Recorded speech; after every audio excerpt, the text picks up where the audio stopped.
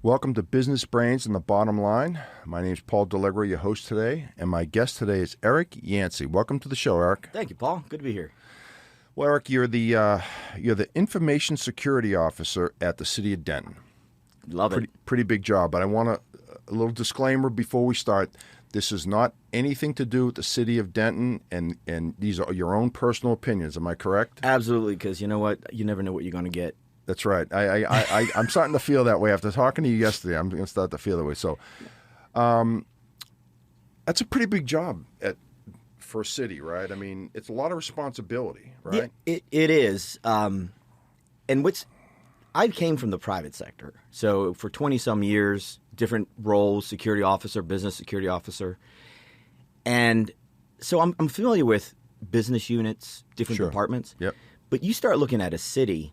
It is wild, right? Because if you do like a business continuity or disaster recovery in a private company, you know, this is pretty black or white. Like marketing, sales, they don't need to be up online first, right? But you got to make a choice of, well, do you want the electric grid come back online, 911, or maybe the fire station? It's like, you know, I let all the liars get in a room, beat it out, and I say, which, you know. Yeah, it's all critical stuff. That's what I mean about, and you got a lot of public information too that you got to keep private and protect, right? Because you get all the citizens. Oh yeah, you know, everyone's got a water bill, a tax bill, you know. And nothing is crazy. It's like before I got into government, my interaction was, you know, DMV. So you just got that negative kind of, you know, it's like, oh my God, you know, these people don't. But I'm going to tell you, what was revolutionary for me is the realization that in the private sector, you can just do a little text joke, hey, Paul, yada, yada. Well, government has open records. My salary, everything I say, do, is open. So that little joke that you put out 7 years from now is going to be Exhibit A in a lawsuit, right? I know. So it's like you got to realize that you got a bunch of scrappy people literally have duct tape at another location I was working at, duct tape holding the truck together, which was a hand-me-down from police, right? Because that's budget, right? Yeah. So taxpayer dollars. But the second thing is, you've got people who are really trying to do the best they can with limited resource, but also the reason why that proverbial hammer is $20,000 because it takes 9 months to get it passed through all the bureaucracy because again, everything you do is open records, and that's okay, right? As a citizen, but it was suddenly revolutionary because it's something like love. Yeah, you can't explain it. But you can't understand it unless you're there. It's like, you are not going to believe the crap I dealt with today, you know? So, yeah. Oh, crazy, man. But, you know, I've never worked in the, you know, public sector, so I can't really speak to that. So, but you worked at other public sector, City of Irving, right? Mm-hmm. You were there for several years. Yep. Yeah, and what I liked about, and you know, I have been the first cybersecurity professional in 4 organizations. So they, you know, hey, we got this public debt stuff. We need SAR bonds, Oxley. You know, I'm like, okay, I got it, right? So I go in there and implement it. And I've done that several times. And even at the City of Irving, where I was before Denton, the skill set necessary to do that is very different than managing and maintaining, right? Because you walk into the Wild West, maybe. It's a culture shift. You know, information security is not a technology issue whatsoever. It's a human, personal issue. I would agree with that. But when I come into Denton, I wasn't the first, right? There was people that were there. And so trying to understand, and good people doing the best they can, but getting into an existing environment and kind of looking at, well, that's not exactly how I would interpret it or how I would do it. So kind of negotiating those. It's a lot. It's actually more difficult than if there wasn't one in certain aspects. Not to say that, you know, it's a good place to work, good people, smart people, but it's just a different challenge. Yeah, no. So, you know, you've obviously been in information security for a long time, and what's your take on the state of security today? I know it's kind of a broad question, but with all the stuff going on in the Ukraine, with all the stuff with ransomware and phishing and hacking and all this stuff, high level, where do you see it today? And where do you think it's going, more importantly? So, yeah, that's a lot to unpack. Yeah, I mean, we could talk for hours about this, but let me get it in general, because every person that I know that, like you, has similar opinions, but they're all a little different too. Yeah. You know? So I have to ask the question, why don't we have this right? I mean, it's like I go to conferences and conventions and all these things, and it's the same story, right? There's a deficit of people, phishing emails, all these other things. The thing that is extremely different for me, and where I think this is going, is the actual weaponization of the internet by states for proxy wars. And I'm not going to go into some conspiracy theory, sure, but basically Vietnam, Korea, all these wars that were, boots on the ground were Russia against the United States, right? They were just proxy patsies for us. Yep. Well, they can now do a lot of devastation without any recourse, and they have found out, like, you can determine in advance about a physical attack happening, a tactical attack, because the indicators of compromise, the amount of stuff that goes on, and even in the Ukraine, Russia right now, right? They're battling it in the cyber field, completely. Yeah. And you can't pee in half a bathtub, right? So, we have actually now a cyber offensive strategy, right? We're not virgin pure, right? We're actually going out there and doing. Oh, yeah. Yeah, it's like, ooh, didn't know that malware was going to come back to haunt me. Really? Yeah. So I think where we're at is we're seeing the weaponization, and just like musket balls down to rifling and all those things, we're just going to make a better weapon, more defense. So that's, I think, the problem. And then, there's a lot of casualties in that. These people who, that are just victims of, ransomware, that's going to happen. Fraud, because funding terrorism through ransomware is a business. Right. Yeah. I don't know. It's again, that's just one aspect, but I think that where we're going, there's got to be a point where either we're just going to, the internet's going to be just this black hole, or we're going to have to come to some conclusion that, infrastructure may be off limits, kind of like the Viva connection of infrastructure and hospitals, right? And those type of things, because that's being targeted right now. Yeah, it's we have a lot of customers, and security's front and center for all of them, just like it is. That's your job too. It's playing the blame game in security, right? I've been in those meetings where someone clicks on a phishing email, you get hacked, and people play the blame game, and I have a problem with that. What's your take on that? Because I think part of the solution is not pointing fingers, right? So I think there's two aspects to it. One, you've got to create a culture within your environment that embraces that, right? So right. if an end user clicks on an email or does something, downloads a whatever, they've got to be open to letting you know, right? Because it's going to exacerbate, it's going to spread. So there's the one aspect of it, right? And we can dive down it. But what I'd like to really just kind of bring the light is the CISO 3-year career plan.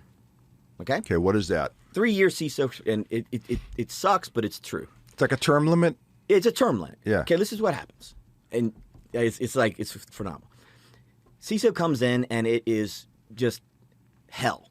There is stuff gone bad. Everything's all amiss and right? So they get in, and maybe there was a breach, maybe whatever. Somebody at the executive level had a wild hair and said, we need a CISO. Comes in, starts fixing things, right?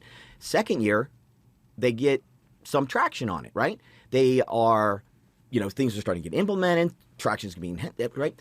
Third year in, things are running fine. They have the inability to prove what didn't happen, right? What is the value of security if nothing happened, right? So they don't get funding. The business exceeds the risk threshold by saying, screw it, we're not going to spend money, we're not going to fund you because it works. Right. That their interweb's still around. We don't need to anymore. Everything's fine. So there the CISO is, right? He's popping, vodka and whatever, saying, oh my God, how am I going to make this, right? Yep. Well, they get breached. Duh. right? So what the CEO and CFO going to do? They fire the CISO. Screw him. Yeah. Incompetent bastard, right? So they fire him, post the job. Next CISO comes in, there was a breach. All right. Rinse, repeat. And it's so funny. You talk about the blame game. It's like, you know what? An information security professional normally, there's exceptions, but normally doesn't have the authority to say yes or no. We just have a job to do a risk. You know, here's all the bad things that can happen to you, right? Or your technology. Disposition that risk. So transfer it, accept it, Right. mitigate it. But at some point you say, I can only protect you so much. And if a business unit or a CEO or whomever, board of directors says, you know what, we're going to, accept that risk or do whatever it is, the CISO doesn't make the decision. They have to execute. And even those controls, they're not 100%. They're Right. 90, 80. That means it could happen. It's like flipping a coin. I love this. You flip heads or tails, it goes heads 5 times. You flip it the 6th time. Is it heads or tails? What's the probability?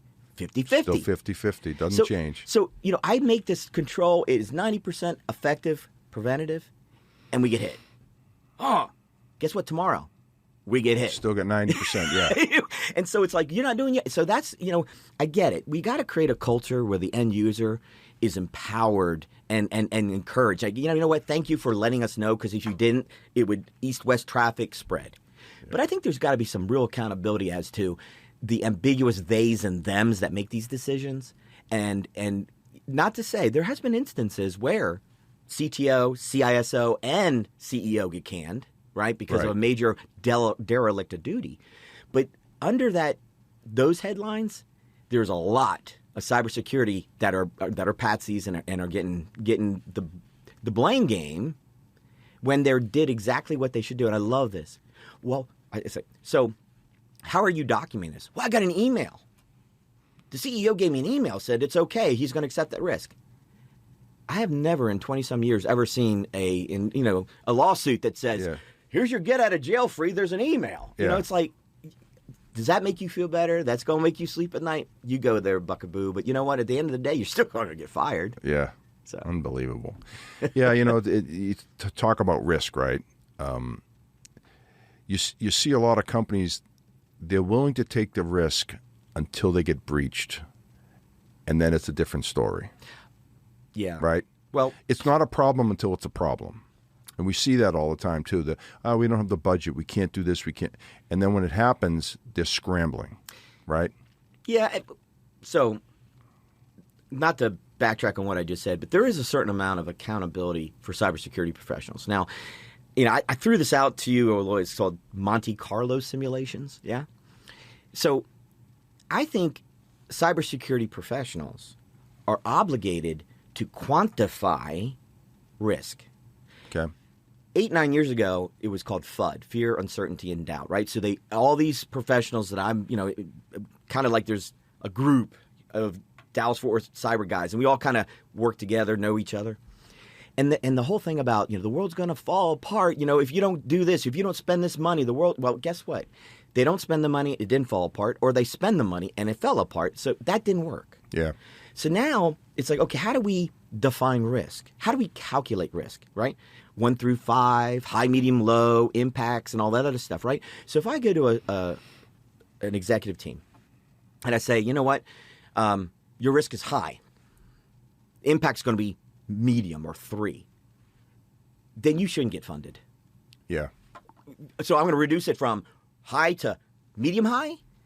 But if you use actuarially, the actuary type calculations and define and quantify risk, and that's where Monte Carlo simulations come in. They use that all the time in finance and basically taking a broad unknown, right? All the things that can go wrong and run it through simulations. And it's actually scary math if you know and do it, where you can say, here's the things that can go wrong, and I'm going to run it through. There's a 93% probability that you'll have a loss between $20,000 and $30,000 in the next 8 months.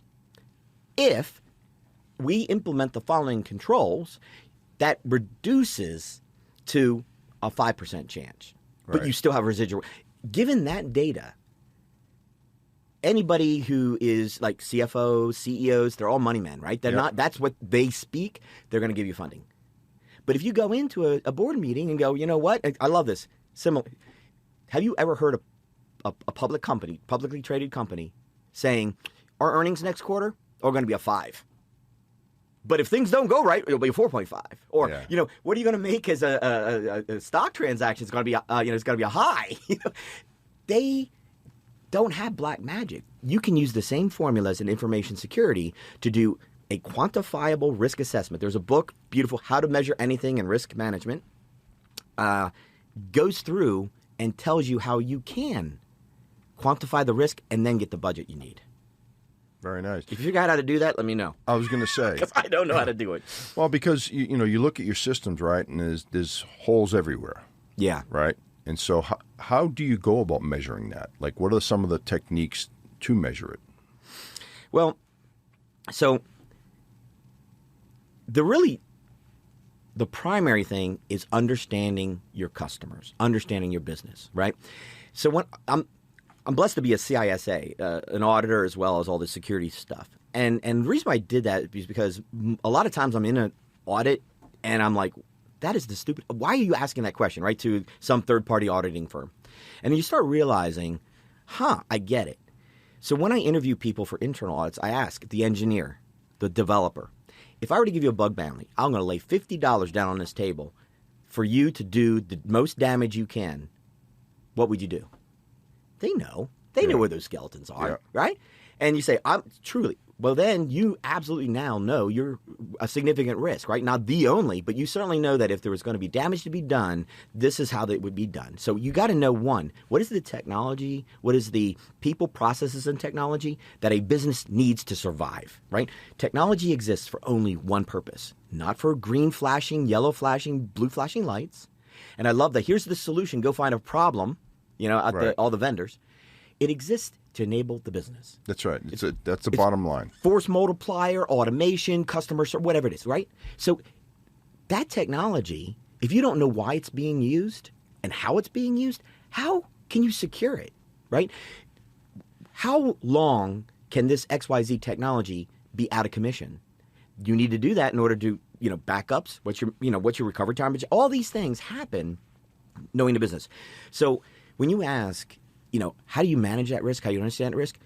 Actually, and this is a problem with cybersecurity professionals in general, talk to people, right? It's getting a little better. Yeah. But it's like, I'm going to stand here and, it's like, you know what? You're in the basement of your mother's house, you're 42. That is not the person you want to talk to your customers. Don't get me on job descriptions. It's a whole nother story. But we'll talk about the state of affairs of the talent in the industry. Yeah. As we go forward here, but like I said, when you hear security, I mean, it's such a wide net, right? When you think security, because you got endpoint security, email security, firewalls, Well, they say CISSP, right? The certification that's the golden standard is a mile wide and an inch deep, right? Yeah. And I use an analogy for those that aren't in cybersecurity to say, okay, you want to be a doctor, right? Is that a proctologist? Is that a dentist? What does a doctor mean? So it's like, I want to be in cybersecurity. Pick your poison, right? There's and that's what I love about it. It's fascinating, multifaceted. It is, it's passionate. It's a 3-dimensional puzzle. How can you not get stoked on it? Yeah. Those that are in it, and they're going to go down that whole path, but there's people getting into the business right now for, I think, maybe the wrong reason, and they need to kind of figure that out. Well, yeah, that's the hot thing, right? There's how many millions of jobs that are unfilled right now, and that seems to be the, you hear it. Oh, get into cybersecurity. Mm-hmm. Well, there's two things, and I'm that guy that I've been on several panels and conferences, and they're like, bemoaning that situation, and I said, well, how much of the problem is lack of talent versus your job descriptions, right? I actually, it's like a drama / mystery where you look at LinkedIn and Career Builder, hiring a CISO. Oh, okay. All right, let me look down at this. You got to see kind of what skills are in demand. Must program firewalls. Must be able to run cable. Must be able to change light bulbs. Oh, so your CISO is an running analyst. Cables, yeah, exactly. Okay, so you want an analyst to do a strategic plan and risk assessment. you know what? The only thing I can think that justifies that is there may be an HR or an organization that doesn't have either consultants or an internal resource to actually define what it needs, right? So they're cut and paste in, I don't think that a bachelor's degree in co-ed naked basket weaving is going to help you, but by God, it's a requirement, right? You got to have a degree. Got to have a degree, because if you don't, by the way, I'm not qualified to be a CISO. Why is that? I don't have a bachelor's degree. I'm an idiot. Now if I would have, drank more beer, I would have been. Yeah, well, I would think at this point in your career with the resume you have, it's not going to be a problem. But but unfortunately, it is an issue if you're a recruiter or you're someone looking at resumes and you got a stack of 50. Well, but let me backtrack. So I have first-hand experience of this. Applying, between jobs, applying for a job. And literally they have, the different work day, they have the different systems, right? So you go in there and you say, apply now. So you apply online. I've had it where, you put your name, phone number, email address on there. Next, do you have a bachelor's degree? Yes or no? No? Thank you for applying. We'll get back with you soon. I swear to God. Really? Wow. Not even, it was like, cock block. Wow. So it's not even a stack of resumes. And I get it. There are positions that have 200, 300 applicants, which then it comes to ask, is there a talent deficit?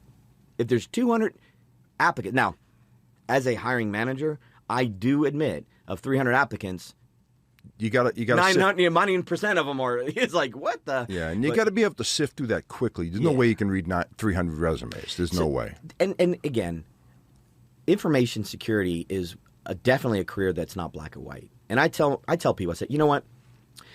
I don't make decisions on whether it's good or bad, right? Black or white. My decisions, for the most part, are: do you violate federal law or breach a $15 million contract? Yeah. I love the vendors' questionnaires because I'm dealing with cybersecurity and credit rating agencies and everything else, and their questions are like this: have you stopped stealing office supplies? Yes or no? Answer that question. Yes, no, yeah, no. It's a yes or no drop-down box. Have you stopped stealing? It's like, what in the actual? But that is the kind of questions that I have to deal with. It's like, have you stopped beating your wife? It's like, I used to use that analogy, but somebody came and said, you know what, you probably need to do something else. But the point is this, is by the time I get to a decision, if it is a black or white, then I'm going to go to my staff and I'm going to be like, you know what, you should have been able to make that decision. What tool or decision, why did you not have the ability to make that decision? And the point I'm saying to that is that the same mentality has to be made in recruiting and hiring. There is no black or white. And I tell you this, I would rather hire a professional that has tenacity, has curiosity, the soft skills, learn. than. And I've seen people with bachelor's degree, they're highly educated, but it's like there's a pebble in the road. They look down and go, I can't go any further. Yeah. It's like, I think it was the Home Depot breach where all the lights were green, everything was going fine, not a problem. The CISO at that time actually had to fight to get additional. It's like something, my spidey sense is going off. That is what caused. That's what, and this is a long time ago. But the thing about it is that had that not have been there, that would have been a lot worse, right? Yeah. And so there's a lot of things that passion, that curiosity will help you with. That these new people that are in it for the money, for the prestige, whatever it may be, they have a limited amount of success. Because you may be able to check the box and be compliant, but you're not going to be secure. Security is not a 9-to-5 job, And I think I talked about it before. When I interview candidates, just heads up, if you're applying for a job that I'm your hiring manager, I'm going to ask, explain your lab. Tell me about your home lab. And if you look at me like a puppy, I'm like, thank you, have a nice day. Because if you're throwing up a couple Raspberry Pis in Cali and you're rocking it with Mountain Dew late at night, that's who I want. Yeah, no, and most technical guys have labs. I mean, all our technical guys have labs at home. Yeah. And it's like they're always, got a science project going on. Because I tell you what, like for me, and one of the disadvantages, like I love my job, I love my career path, but you get further and further away from that, right? So, when you throw up a Cali, like 5 years ago, I actually did a demonstration in front of city council where I actually used a hacking tool and compromised a Windows 8 box and actually Mimic's cat completely compromised the computer in real time to demonstrate how 8-character passwords are not secure. Right. I got to tell you, I loved it, right? I mean, it's just that's the kind of thing I love. Well, now it's more, success is, did I get budget? Yeah, you have different concerns at the level you're at now than versus when you had hands on the keyboard. And not that I'm more important, it's just It's a different role. Focus, yeah. Because, I could not, in my current role, could not survive without the people that work with me, for me, and my supervision, right? Yep. Because I can only be as successful as management wants me to be. You think about that for a minute. It really is one of those things where you got to start doing some soul searching. If you present that something's going wrong and they're like, yeah, go away, or they demote you, right? That kind of thing. It's like, okay, I can't be successful in an environment that you don't want security. So that's kind of one of those things where you have to start really thinking about, is this the right place for me? It's funny you just mentioned about 8-character passwords. I just saw an article today that was it Google, Amazon, and Apple are close to having But FIDO? doing away with passwords. Yeah, FIDO, yeah. Yeah. Love it. Yeah, I think that's going to be great. I read the article. I can't wait. One of my weirdisms, there are many, I love quantum cryptology. And I actually have done some studies on it and did a podcast on it. And the president, I don't know if you know, yesterday put 2 presidential directives on combating post-quantum cryptology. Because once the quantum computers are a little bit more stable, they will break all encryption that we currently know. Oh, really? In minutes. Yeah. Wow. So that should pucker some people's. I was going to say, so it should. Now, NIST Institute, was it something? NIST. They have been recruiting and developing these algorithms. But here's why this is important. 2 days ago, I read an article about the new way to isolate qubits. But basically, there's been an improvement of this quantum stuff that will allow for better implementations, quote, and mass manufacturing. Right now, quantum computers are like the old vacuum tube, huge buildings. And they can make quantum computers right now, and there's people who disagree, they can make errors really, really fast. It's like, yeah, you can screw up at scale. But as far as actually using it, but now there has been leaps and bounds. So the point I'm trying to make is this. If you're relying on even two-factor authentication or passwords, you got about 6 more years and you're done. Yeah. So what FIDO is basically saying that your authentication, like say you have a phone. Yep. That's Bluetooth to your computer. And you have to do a biometric that is the actual credential isn't stored on your computer or your phone at all. Okay? It's a synchronous kind of thing, asynchronous thing. So you put your thumbprint on, it connects via Bluetooth to this, and that's how you're authenticated. The password isn't ever saved. Now, the probability of you getting hacked is drastically reduced, if not, I say the word impossible, but it's very difficult. So that is one way to actually secure, because when I first saw 4-pin passcodes, right, your phone, I'm like, are you telling me that my passphrase, because I don't use passwords, like, Eric is a great person, exclamation point. Yeah, I've heard that those are the best passwords. When a sentence. Absolutely. It's so funny. Social engineering is a fantastic art. But when you tell people, I want you to do a 14-minimal password, they should stone you, right? But you say, whoa. Write a sentence, with spaces. You can put you can put spaces. Capital T, the space, and you keep, the big fox ran down the hole. That is pretty hard to crack, right? But people don't realize there's like social, like, oh my God, you can put spaces there. But the absolute passphrases, that are hardened and able to go still have a limitation, right? Because depending on how it's compromised, brute force attack or, password stuffing. I love this. It's people go, yeah, I got the Yahoo password got cracked, right? Who cares? All right. What password do you use for your bank account? Yeah, I was going to say. And let me get, is your login your email address? Yeah. Think about that for a minute. Oh, so I love password wallets. Two advantages of password wallets that people don't recognize. One, if you use a password wallet, it will not pre-populate your password for the wrong domain. So people are like, right. I go to Microsoft.com, I clicked on a phishing email, up pops Microsoft 0365, but the O is a 0. Your password, it's not going to do. So yeah, I don't know I use LastPass.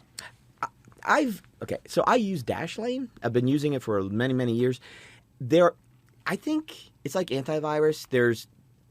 Market will normalize it. Yep. But the second thing about password wallets, you don't normally type anything. Yeah, everything's clicking, it auto-populates. Where's your keylogger now? You don't have keys. Right. So those are the two advantages in addition to being able to have, the function, right? Mass changing of passwords. It gives you a health check. How many times have you reused password? That kind of thing. But if you think about it, it's like, oh my God. Because I told people that. I was like, why I think password, wallets are good in addition to the normal is the fact that it will immediately show, unless you're an idiot and go, well, I don't understand why, and resave your password to this, phishing site. But it's like, oh yeah, you can see where that also adds benefit. But I think, my human firewall, right? At the end of the day, it's not a technology issue; it's a people issue. Right? And there's no breach that has just been a rogue computer going all, Terminator. It's been some user getting in and clicking things. The other side of that too is, that human firewall is your worst enemy, right? So it's one of those things where you really need to be engaging and understand the human, why would they click emails and what are the benefits and how can you almost have to social engineer your own staff. Yeah, you really do. And I think that's part of the empowering people to come forward if they see something versus shaming them, right? I have worked for, I worked for a company that didn't do well financially. So they axed the CEO and they brought a new CEO in.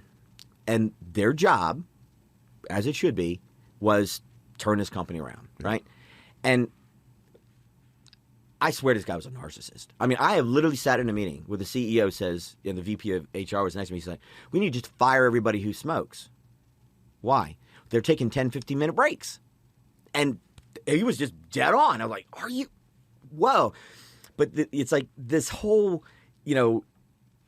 toxic environment comes from the top down. Oh, I absolutely agree with that. And I'm just like, what did you? Okay, so again, my role is to not only create that framework and technology, it's also to create that culture. And not only that's downward and upward, right? You got to, again, most of the people that I deal with, even now, are they're not millennials, let's just put it that way, right? Yeah. So they don't, is that interweb still a thing? Yeah, we're going to Twitter tube it for you. It's kind of like, oh, yeah, we got this. And I'm like, okay, whoa. So you got to explain it to them kind of like, follow the bouncing ball. With no disrespect, but it's reality. Yeah. That's my job. I do the old man Dakota ring and say, okay, this is why this is bad and why we need to create a good culture. And that's where, again, when you go down and say, listen, you're not going to get in trouble. Please let me know if something clicks, because guess what? I've seen PDF files that used to have 2 or 3 payloads have 9 to 12. It is you click one PDF file and it just hits it. One reinstalls back doors. The second one propagates. The third one patches the system. I mean, it goes out. It's like anymore, the complexity of this attack is you click an email, they're not going to ransom your computer. No. They're going to spread and ransom all. And they're going to sit and lurk for a while, too. With the dwell times are going over to. And now I just saw one thing. It was 18 months with this one. It was an article a couple of days ago, because that's another thing that's really important. If I could say, got to keep current. If you're out of the cybersecurity business for 6 months, you got a lot of catching up to do. It's funny. I was talking to somebody the other day. So this is my daily routine. And don't hate me for this, but I've got Alexa everywhere. And I got a bunch of friends that hate me for it. But anyway, so in the morning, I hate mornings, lights turn on, radio turns on. The third thing that happens is my daily brief. And it's just, here's in today's news how bad it's going to be. It's just CISO podcasts and everything else. Yeah. And so that allows me to go, okay, what am I going to deal with? What is the emerging threats?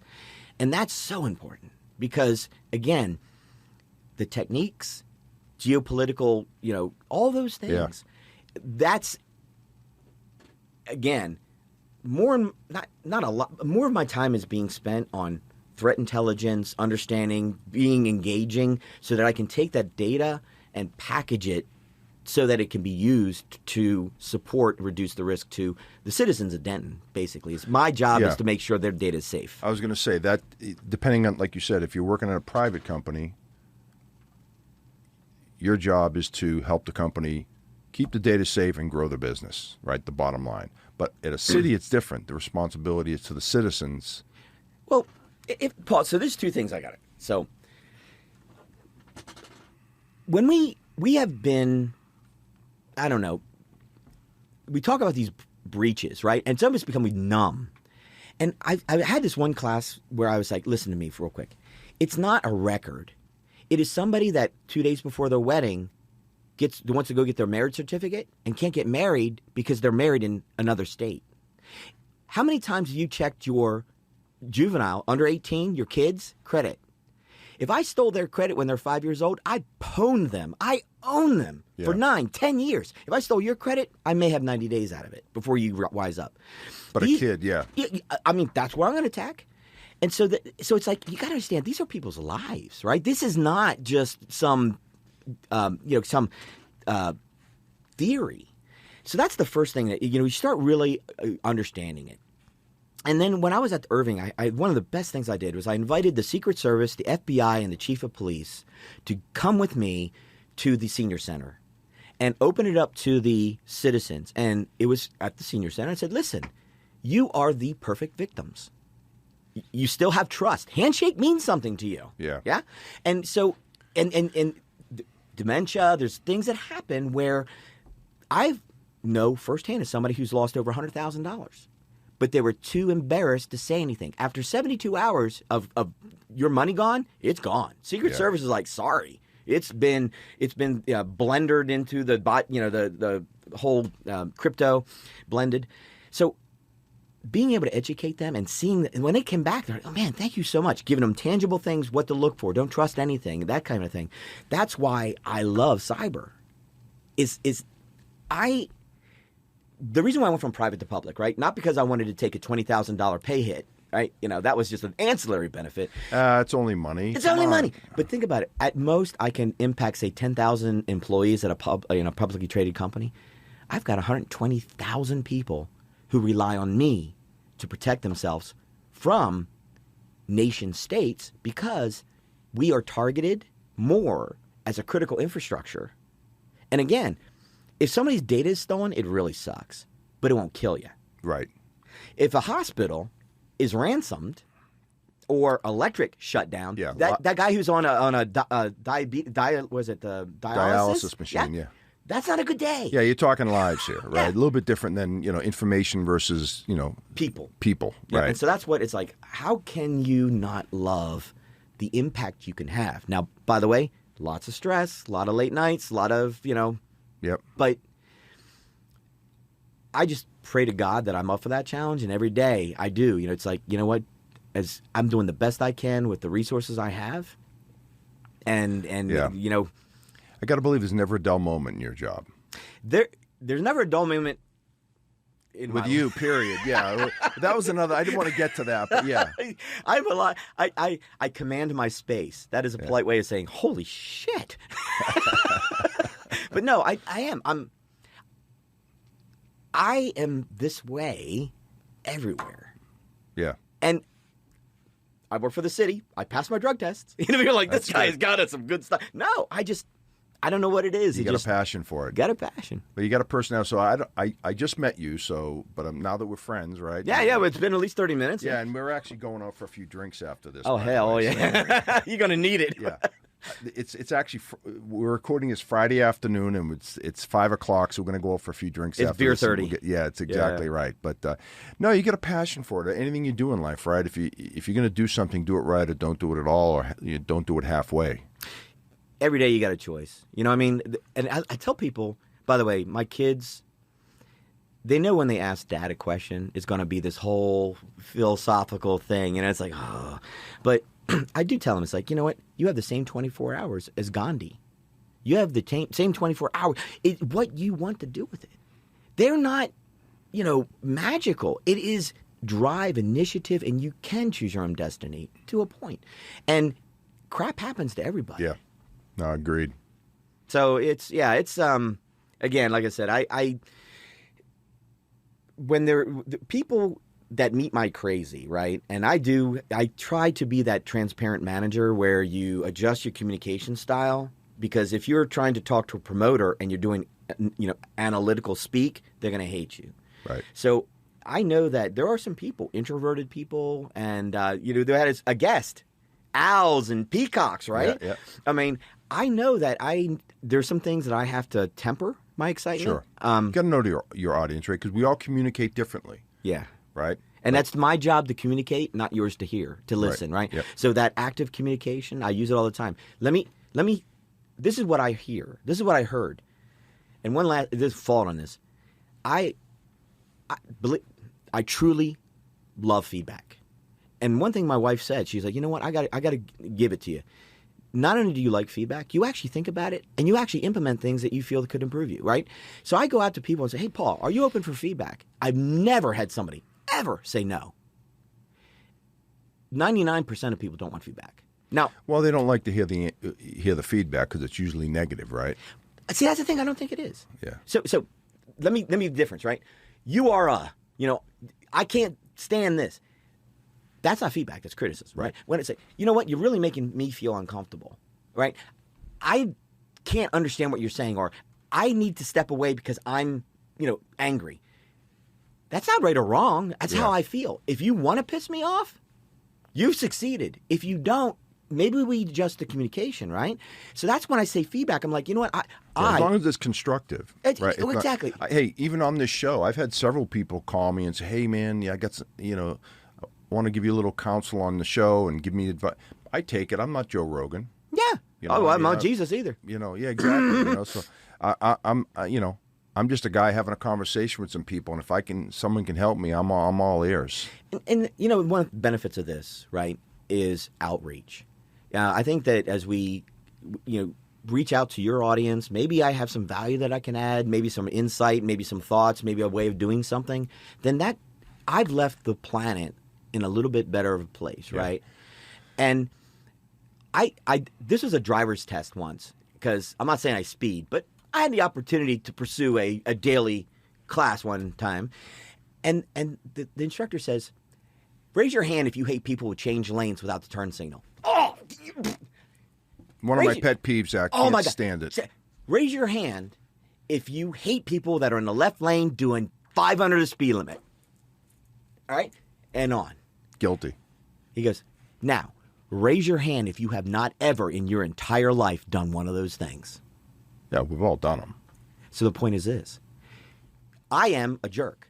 I am passionate. I am angry. I am everything, right? So you don't define anybody by a you are, because, yes, we are all flawed. We are all, in some aspects, good and bad. But what we do have, if receptive, the ability to say, you know what? I really feel bond with you, right? And so that's when you start talking about feedback versus criticisms, is I can, like I said, I've got references, man. I've got exes who could tell you, put a ring on my finger, I'm a crazy guy. Yeah. But am I? No, that doesn't define me. Right. This is a combination of a blender of crazy. Oh, you're definitely a live wire. I like it. I like people with passion, right? Think about it. You go through life, like you said, you make a decision. Every day you wake up, you got a decision to make.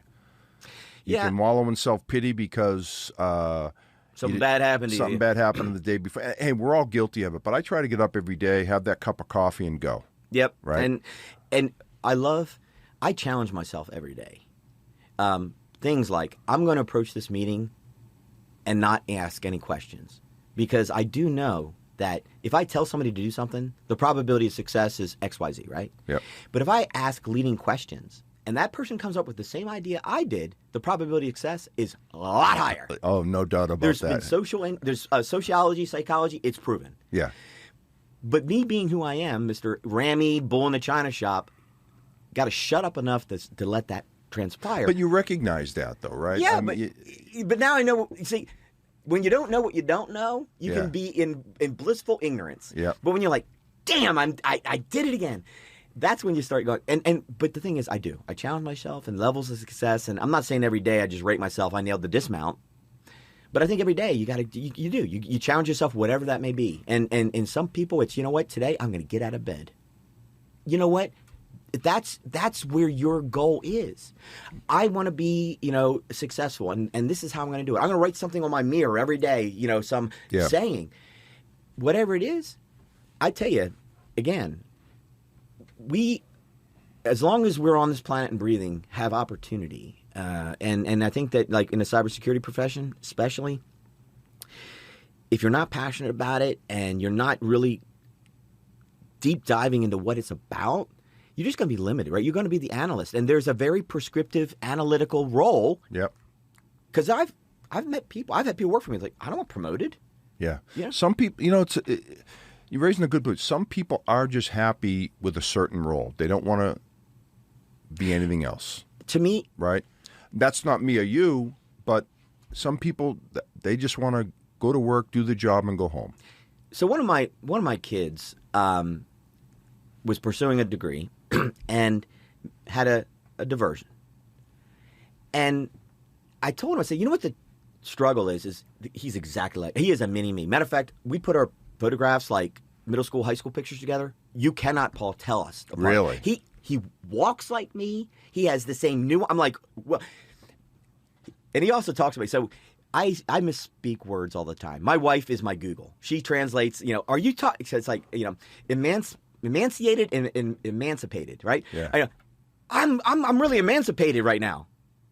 Are you saying that you've been? It's like, man. So my son goes, I think we were lost in a space-time curriculum. Anyway, so this is my kid, and he's me. Taken right after his pop. Right after. I'm telling you, it's like, oh, shit. But anyway, I talked to his girlfriend. I'm like, this is what you got to look forward to? Yeah. And you're still dating him? You can get out now if you want. Yeah. But anyway, he said, listen to me, and I'm not going to say, you got a couple to choose from. I'm going to say, listen, kid, your ambition and drive to succeed right now wants you to pursue a career. And you're making the money, you got a lot of respect, and I get it. But just remember something. In 10 years, you're still going to be you.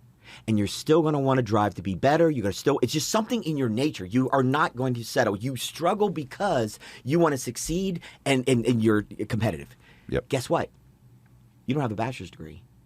That glass ceiling is going to be maybe junior director, maybe manager. But again, if the second screen on the resume deal is, do you have a bachelor's degree? And you say no. So I just listen, I love you no matter what. My job is to give you just a different point of view. Yeah. But it's the same thing that you are struggling to achieve now. Just remember, it is going to be your downfall if you don't have that degree or the resources. Yeah, I tell people having a degree doesn't mean you're smarter than anyone else or dumber than anyone else. It can open doors for you. That's all it's going to do. Because at some point, it doesn't matter what you learned 20 years ago. I have a degree in math and computer science. My daughter has a double major in engineering and math. She shows me some of her books matrices and all this stuff that I studied 40 years ago. It looks like Chinese to me. Well, so I'm an ass. Associate of Applied Science. Okay. But I like the way you think. I saw that look. So no, I do have an associate's degree in robotics and automated manufacturing, which kind of tells me a lot about my automation at my house, which is crazy.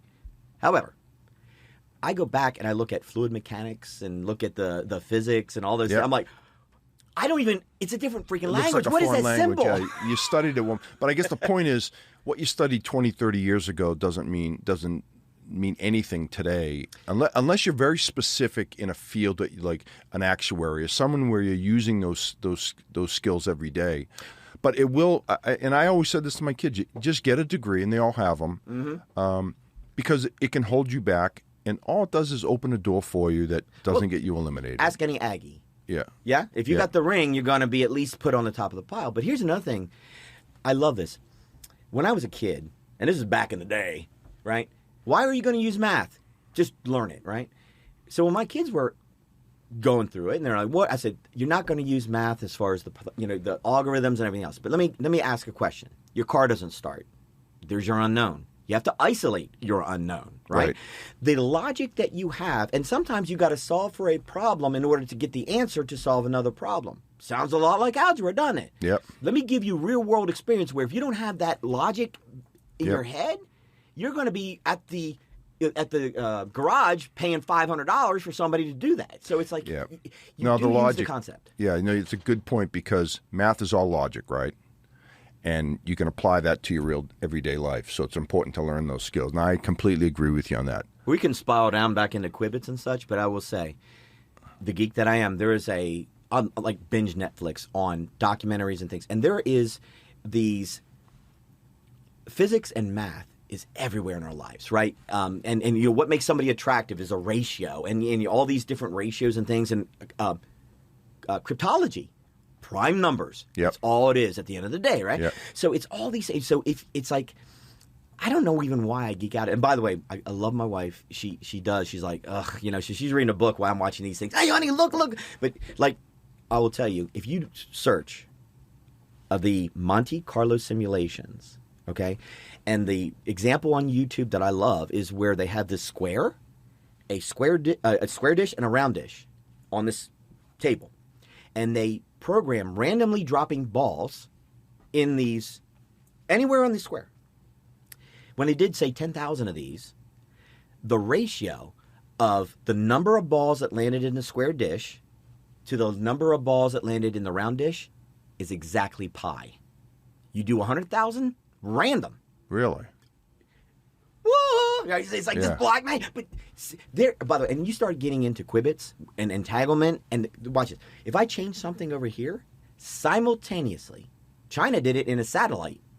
Simultaneously, what you change here will change here, irrespective of distance. That's freak. It's called, Einstein called it spookiness at a distance. It's called entanglement. But when you start diving into these, how can you not get stoked, right? Yeah. Because those are the things, the mysteries of the universe that we all live in.